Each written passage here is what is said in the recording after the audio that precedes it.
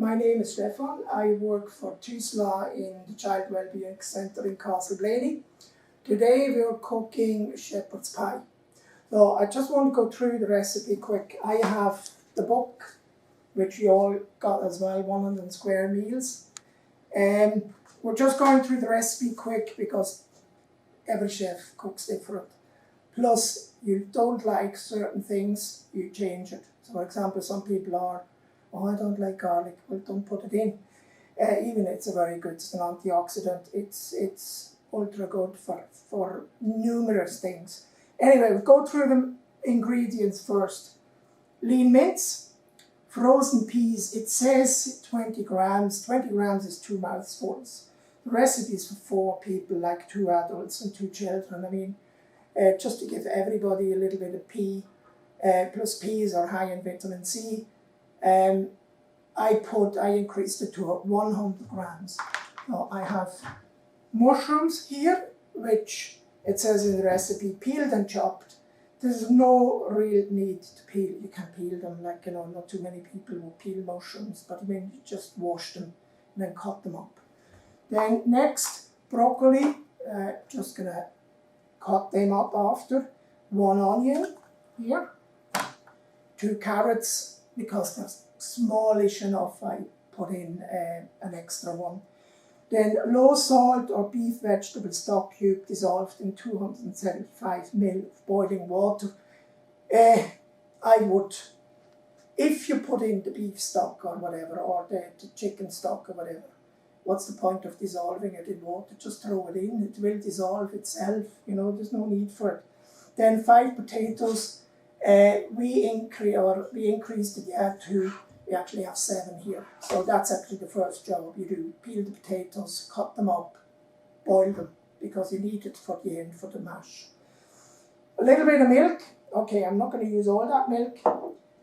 Salt, I have here ground up salt. It's Himalayan salt and pepper in the mill. I also have some Worcester sauce, which the English, they're using quite a lot of that. But it's personal choice what type of ingredients you use. I also have some herbs here, that's just mixed herbs. I have a little bit of ground nutmeg for the potatoes. It's lovely in the potatoes, but only a tiny bit of it. And to fry off, because the meat here now is very, very lean, I just have a tiny bit here of coconut oil. I use coconut oil for frying because it's a healthier choice than using vegetable oil, because vegetable oil burns when you're trying to fry it off. That's all the ingredients. We just go through the recipe as we go along. Now I'm going to cut up the veg, and then first I'm going to put on the potatoes to boil. Now the potatoes are boiling. I just reduce the heat a little bit. I have the frying pan on with a little bit of coconut oil, and the oven is on as well, 180 degrees, or if you have a gas oven, gas mark 4. Peas, onions chopped, carrots chopped, mushrooms chopped if you want, if you like mushrooms. Mushrooms is actually one of the few vegetables that contains vitamin D. The broccoli, cut that small, and then I have the garlic here. And the garlic is better if you add the garlic at the end, towards the end of your cooking, because it contains allicin, which is an antioxidant, and it's destroyed when you cook it for too long. Now, pan is hot. So I just throw in the mince and fry that up.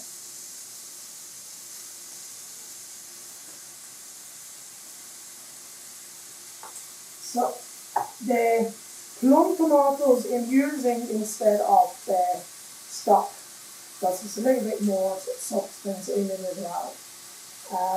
And then you have your seasoning, your salt, your herbs. If you're using dried herbs, that's just half a teaspoon I have here of dried herbs. It's mixed herbs.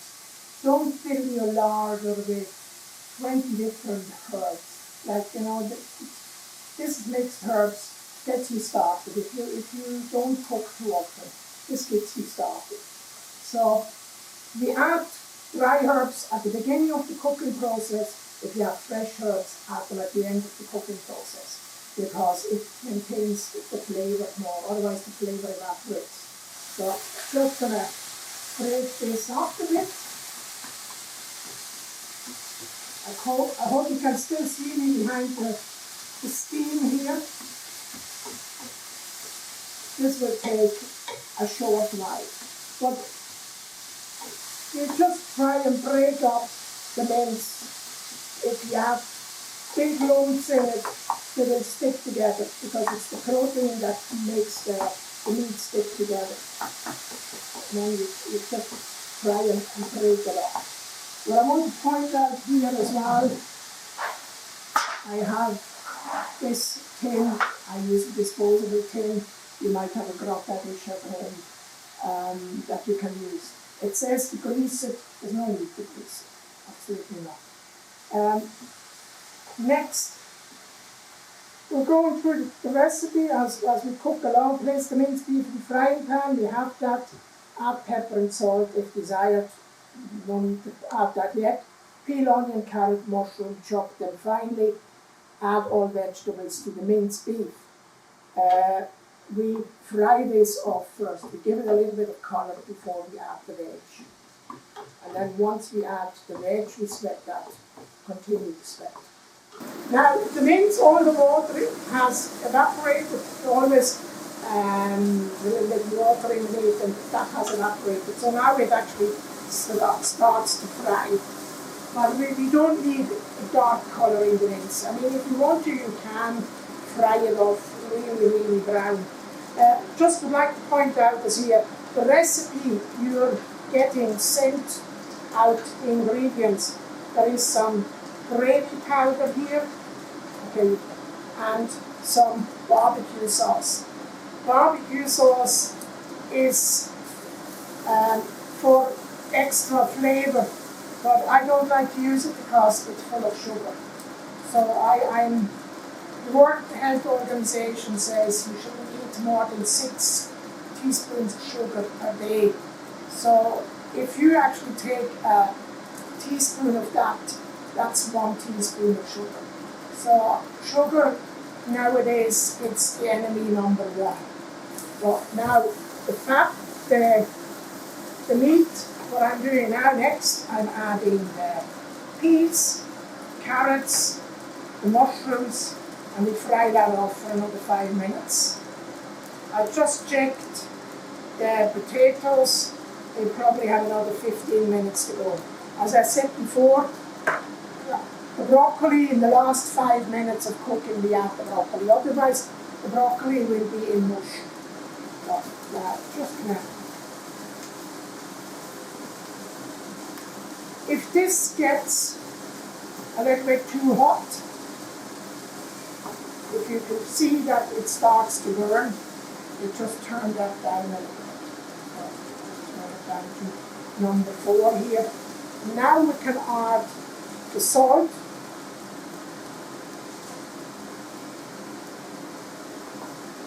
The pepper. Pepper out of the mill. I prefer it freshly ground up. It doesn't need to be, it's up to yourself.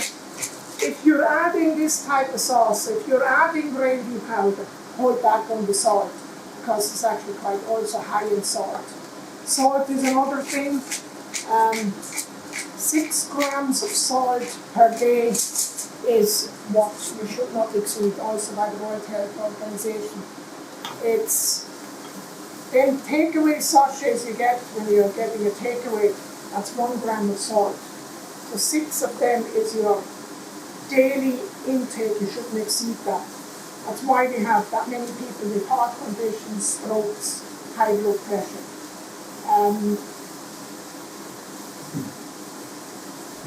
Low salt is high in it's not high in sodium, but it's high in phosphorus. So there's no point if you're using low salt. the majority of people in the West will probably consume about 15 grams of salt per day. And it just goes to show me 6, 15. Now, we sweat this. We have this nearly sweated off there for our 5 minutes. We're adding the herbs as well. As I said, herbs go in at the beginning of the cooking process. It's a pity you can't smell on the video because you've just got this beautiful smell of when the herbs went in. If you want to increase a little bit the flavour as well, you could add a little bit, half a stock cube max. But stock cubes as well, they're high in salt. And now all I have to do is add the plum tomatoes.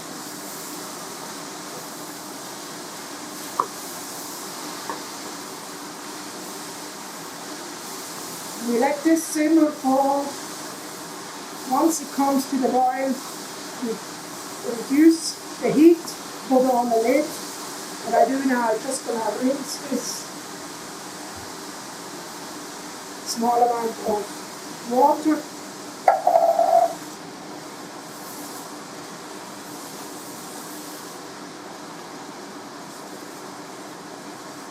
This is already boiling, so I can reduce this even more and put on a lid. And just make sure that you check it every 5 minutes. So you have to check it roughly about 3 times, not that it suddenly burns. You know, sometimes temperature is too high. Just want to check the potatoes while we're at it. We're still about 5-10 minutes away.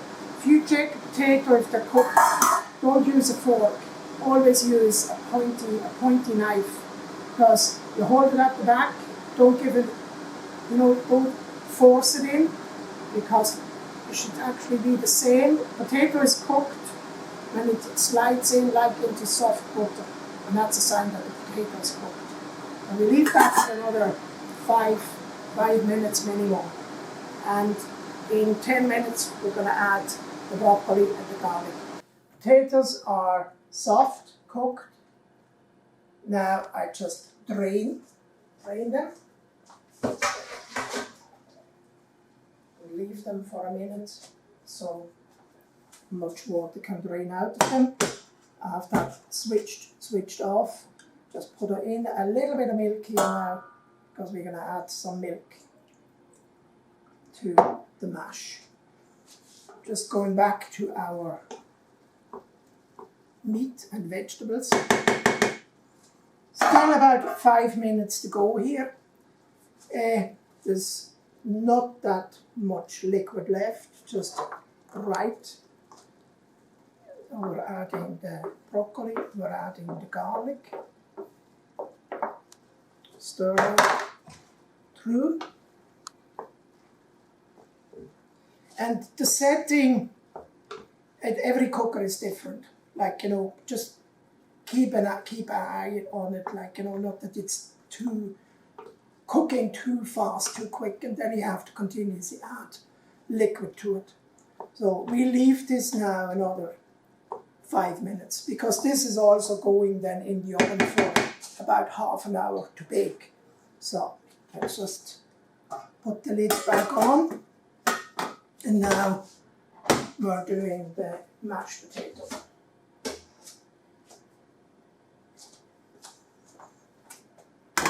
Potatoes in.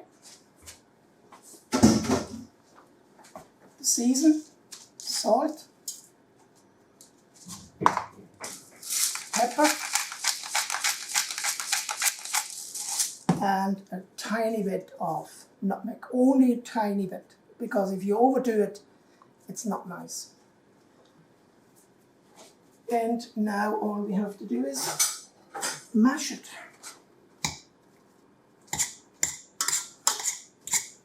I used roosters now here, and some people prefer another potato. I just used the rooster.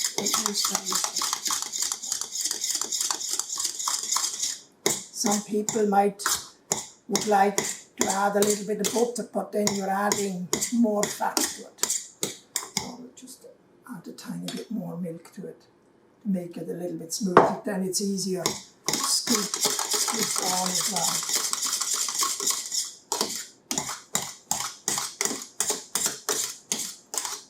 well. I very seldom taste my food, taste my food, because there's always somebody that says, oh, it could do with more salt, could do with more this, like, you know. I know it's right for me, just from experience. So now we just have to wait until this is ready, and then we scoop it on and we stick it in the oven for about half an hour. Now, this is ready to put into the container. If it's too wet, if you think it's too wet, you could always add a little bit of the gravy powder. But that will make it dry, and then, as I said, it adds more salt. Plus, there's absolutely no gluten in this recipe. So anybody that's celiac can eat this. So I didn't add any flour into this. The potatoes are gluten-free, so what we're doing now, I actually thought I could put it into this one, but it just seems a little bit tight. So we're actually using the bigger one here. And all you do is just put this in. Because we use this extra bit of vegetables, you get this extra volume out of it. For some people, it might be nearly a little bit too dry. I mean, you could always have a little bit, make more gravy, and as I said, you have to add more water then and add gravy powder. It's just for spooning on the mashed potato. If it's too runny, it's hard to put that on. So now all we do is we add potato on top.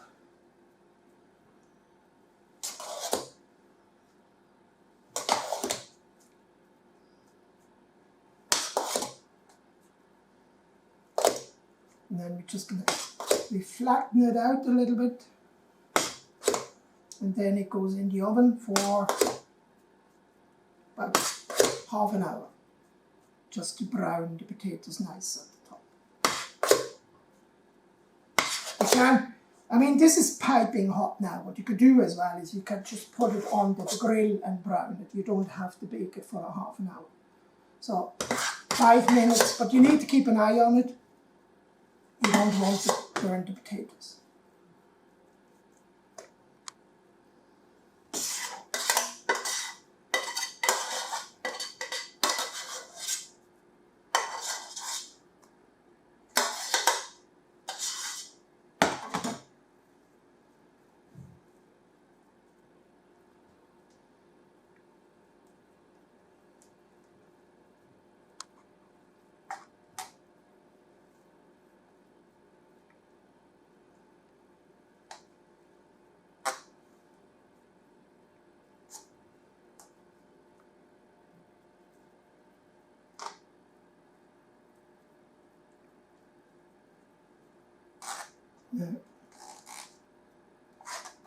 You just score at the top and make a little bit of pattern, just like that. You could use a fork and just run a fork across it, but we're just going to make it like this. And now, in the oven. Be careful if you have only a thin tin foil container that you don't burn yourself. Okay, we are ready to go. I take it out. I wouldn't overdo it color-wise, otherwise it just dries out too much. Now, just going through the recipe quick once more.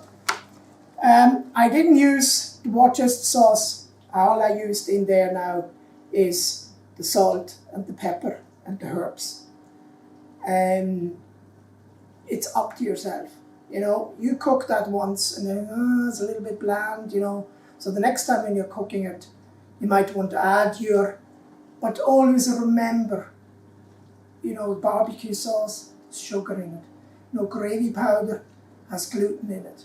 So if you have somebody in the family or whatever, they wouldn't appreciate it.